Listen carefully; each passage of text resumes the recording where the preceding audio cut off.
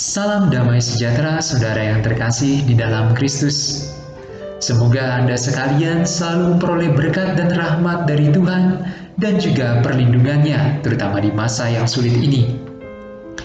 Dan pada hari ini kita akan merenungkan Injil Tuhan kita Yesus Kristus. Injil pada hari ini berbicara mengenai perceraian.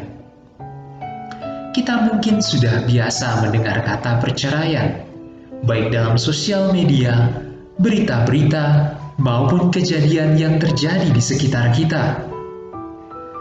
Namun ternyata, perceraian adalah suatu hal yang dibutuhkan oleh manusia atau bahkan diinginkan, tetapi tidak dikehendaki oleh Allah. Di dalam Injil, Yesus menegaskan bahwa pada zaman Musa ketika terjadi perceraian, semua itu terjadi karena ketegaran hati orang Israel. Namun tidaklah demikian sejak awal mula, sebab Allah menciptakan manusia sebagai pria atau wanita. Dan seorang pria akan meninggalkan ayah dan ibunya, lalu bersatu dengan istrinya. Dan mereka pun bukan lagi dua, melainkan satu.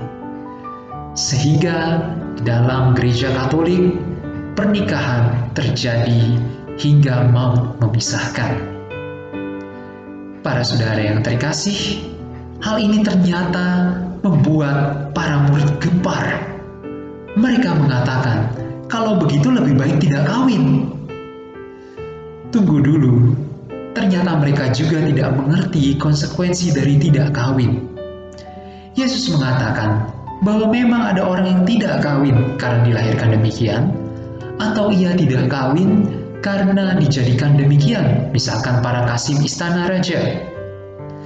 Namun ada juga orang yang tidak kawin demi kerajaan Allah.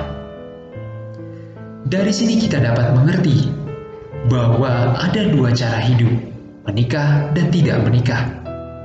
Baik yang menikah maupun tidak menikah ternyata memiliki konsekuensinya masing-masing. Namun yang dituntut hanyalah satu, kesetiaan pada komitmen. Seorang yang menikah telah menyatakan janji pernikahan di hadapan para saksi dan umat beriman bahwa akan berusaha untuk setia baik untung maupun malang, di waktu sakit maupun sehat. Demikian pula orang yang tidak menikah.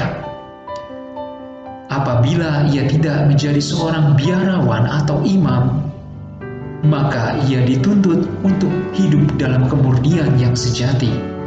Sedangkan apabila seorang tidak menikah karena menjadi imam, biarawan, bruder, frater, atau suster, maka ia juga dituntut untuk setia pada komitmennya di dalam kaul dan janji selibat.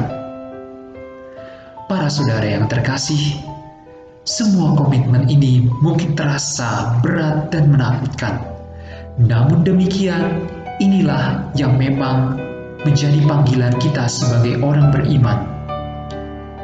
Mungkin kehidupan ini tidak mudah untuk dijalani, sehingga kerap kali kita mau menyerah.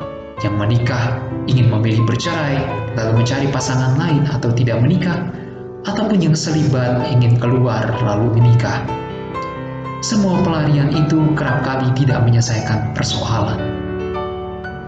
Untuk itu kita perlu dengan rendah hati memohon Roh Kudus, agar Roh Kudus sendiri yang menguatkan usaha dan niat baik kita untuk setia dalam komitmen kita.